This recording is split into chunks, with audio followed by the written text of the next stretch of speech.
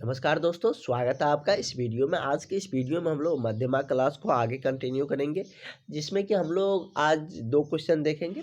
इसके बाद हम लोग नेक्स्ट क्लास से ट्राई करेंगे हिंदी स्टार्ट करने का, क्योंकि इसका क्वेश्चन हो जाएगा और कुछ क्वेश्चन बचेंगे, 4-5 क्वेश्चन और 3-4 क्वेश्चन और इसमें हम लोग देखेंगे।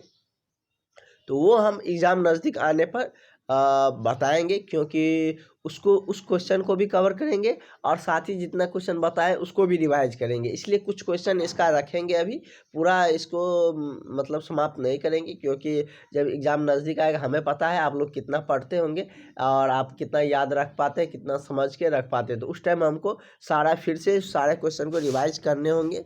तो इसलिए कुछ क्वेश्चन को हम लोग अभी इस टॉपिक का रखेंगे, संस्कृत साहित्य का। दूसरे सब्जेक्ट का हम लोग देखेंगे, जैसे हिंदी हो गया, संस्कृत व्याकरण हो गया, संस्कृत वेद हो गया। और एक टाइम में तो मेरा जैसे कि अभी साइंस चल रहा है, साइंस 2-3 रोज में समाप्त हो जाएगा। उसमें भी एक सब्जेक्ट इवनिंग वाले टाइम में चलेगा, तो बहुत जल्द आपका सिलेबस समाप्त हो जाएगा। चाहे इंग्लिश का हम लोग स्टार्ट कर दें, चाहे कोई भी हो उसको स्टार्ट करेंगे, तो बहुत ही ईजिली हमारा सिलेबस कवर होने वाला है।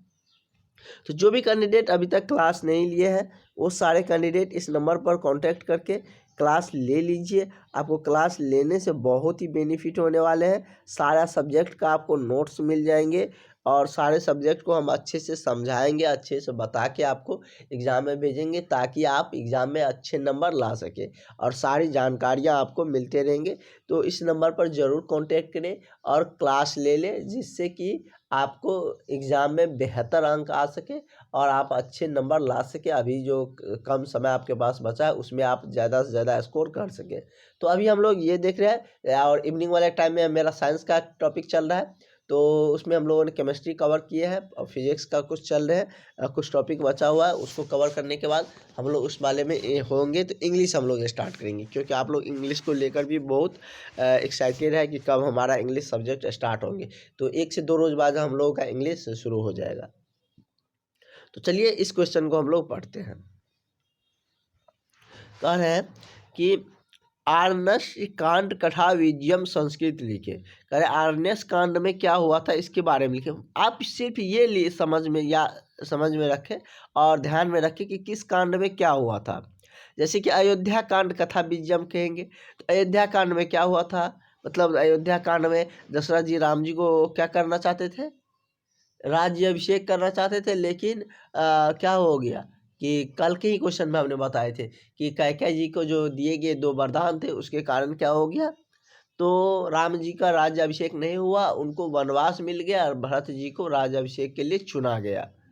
तो इसके बाद हमने आपको सारे कुछ बताए थे। ये वीडियो नहीं देखे हैं तो आप ज़रूर देख लें। इससे पहले हम लोगों ने बालक कांड कथा विजयम के बारे में जाने थे। इसमें जैसे कि वाल्मीकि जी किसी चरित्र के बारे में लिखना चाहते थे राम जी के बारे में, तो वो नारद जी से पूछ रहे थे कि कैसे उसका चरित्र है, इस संसार में अभी सबसे कौन गुणवान है, इन सारे चीज़ को पता कर रहे थे। उसी तरीके से अगर लघुत्तरीय प्रश्न आते हैं तो इस टाइप से आएंगे। अक्षय कुमार के बारे में पूछा जाएगा, ब्रह्मास्त्र की मस्ती, ब्रह्मास्त्र क्या होते हैं, उसके बाद सबरी कौन थे, खरदूषण कौन थे, इस तरीके से आपसे पूछेंगे। तो ये सब हमने आपको बता रखे हैं, नोट भी दे रखे हैं। लास्ट में हम आपको रिवाइज भी करवा देंगे। तो हम लोग आज आरण्यक कांड कथा विजयम संस्कृत लिखे, इसके बाद हम लोग इसका मातृभाषा वाला भी समझेंगे।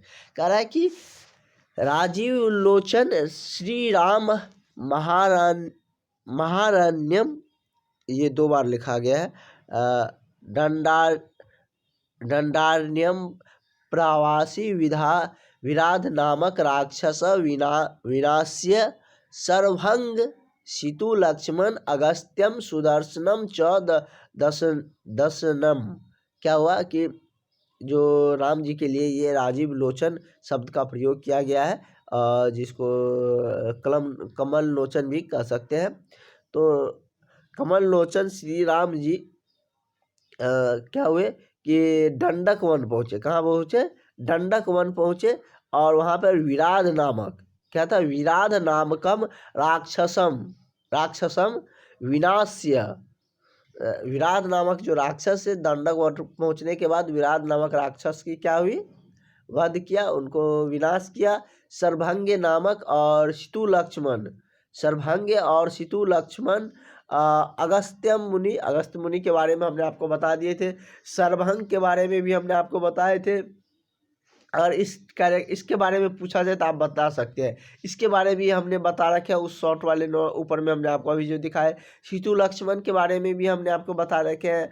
अगस्त मुनि के बारे में भी बता रखे हैं। तो आपका एक भी क्वेश्चन छूट कहाँ रहा है। जो भी क्वेश्चन आएगा सब आपसे बनेंगे। सिर्फ आप अच्छे से नोट्स का फॉलो करिए।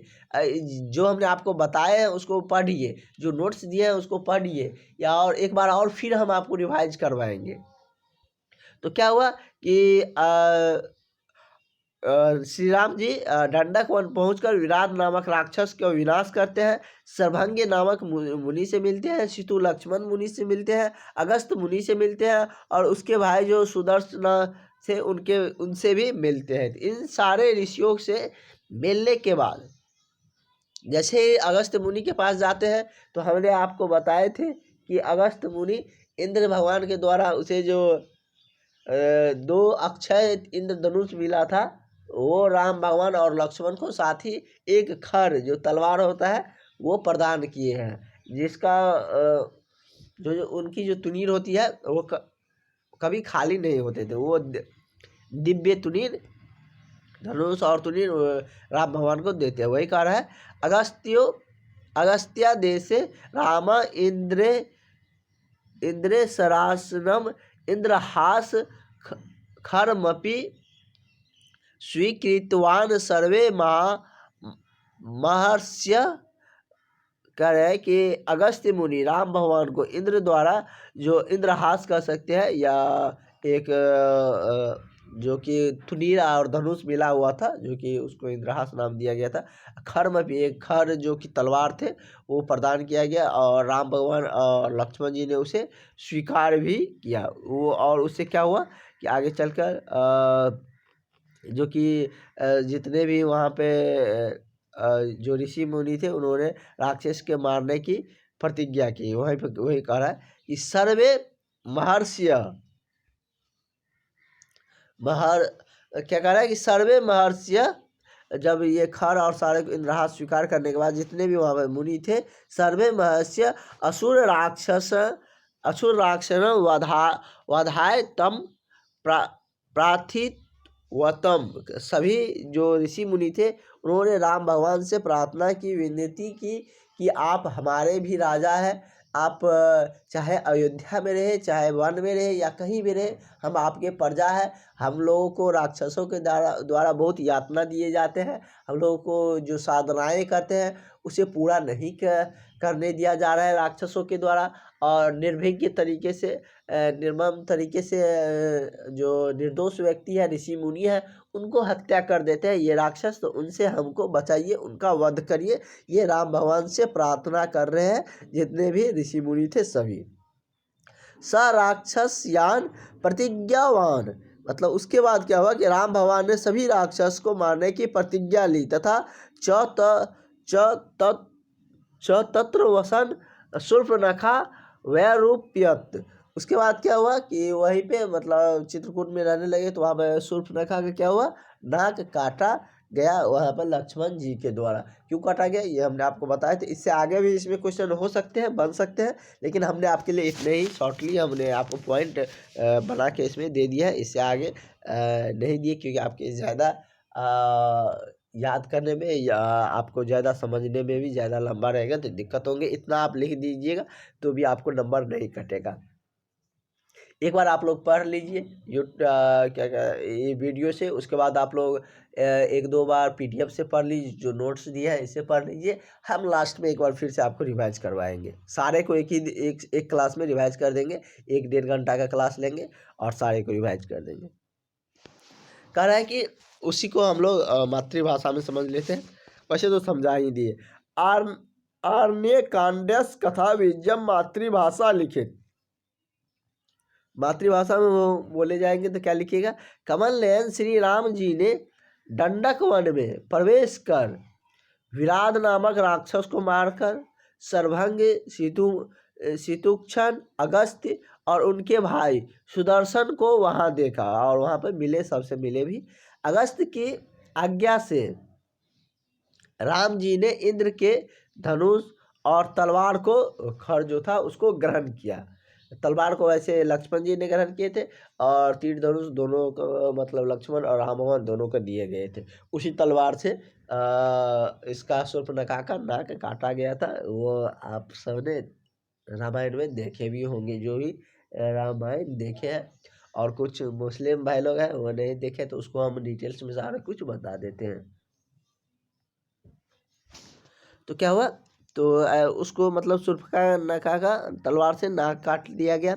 सभी ऋषि मुनियों ने राक्षसों को मारने की प्रार्थना की और उन्होंने राक्षसों को मारने का शपथ भी ली। मतलब सभी मुनियों ने राम भगवान से राक्षसों को मारने की प्रार्थना की और उन्होंने राम भगवान ने राक्षसों को मारने का शपथ भी लिया तथा वहीं रहते हुए रावण की बहन शूर्पणखा की नाक काट ली। मतलब कि वहीं पर रहते हुए रावण की बहन जो शूर्पणखा थी उसकी नाक काट ली गई। तो ये सारे वहाँ पर हुए थे।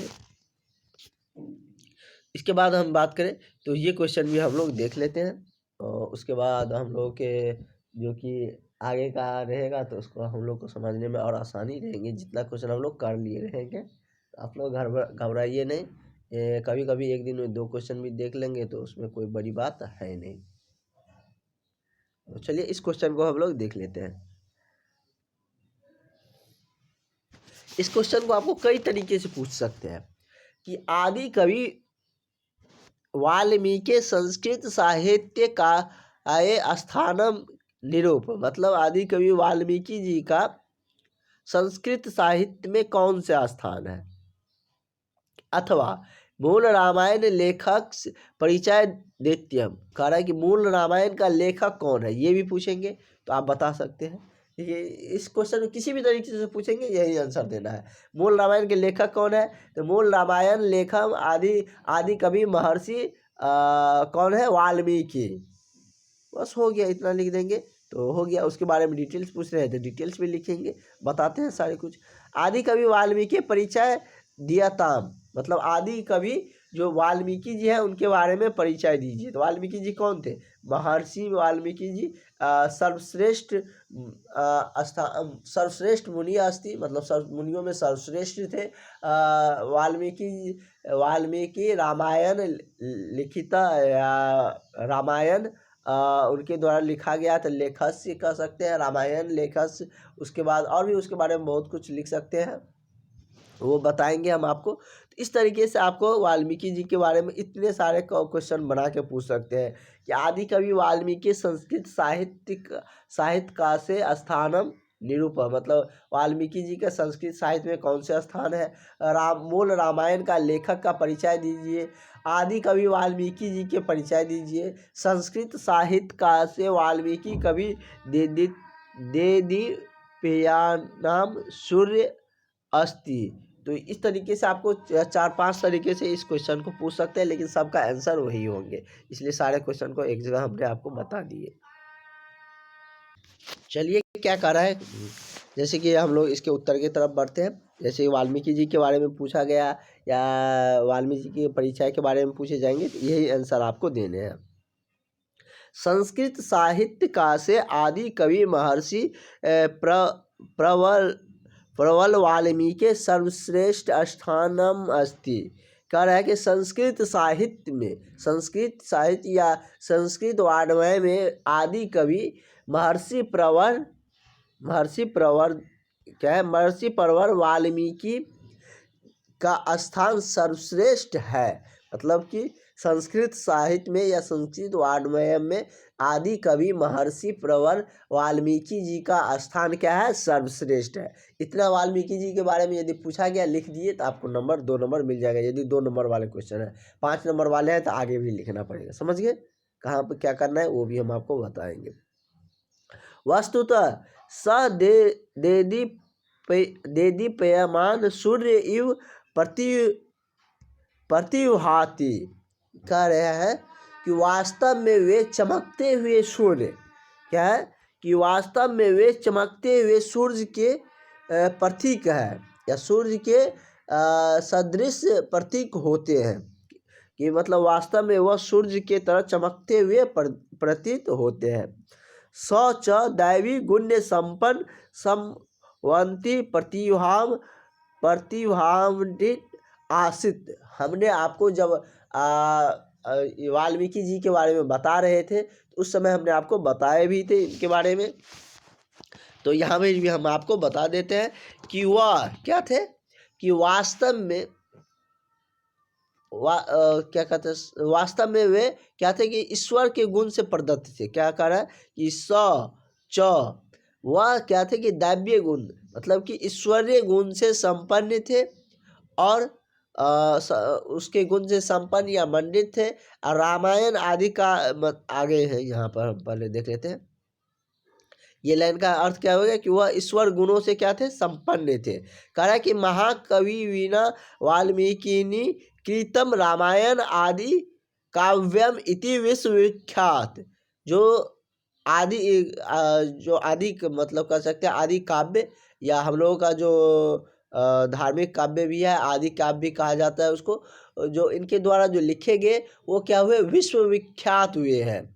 जो महाकवि वाल्मीकि जी के द्वारा रामायण जो लिखा गया आदि काव्य वो विश्वविख्यात है। इति विश्वविख्यातमस्ति, वह पूरे विश्व में अभी विख्यात है रामायण, जो हम लोगों का आदि काव्य भी है।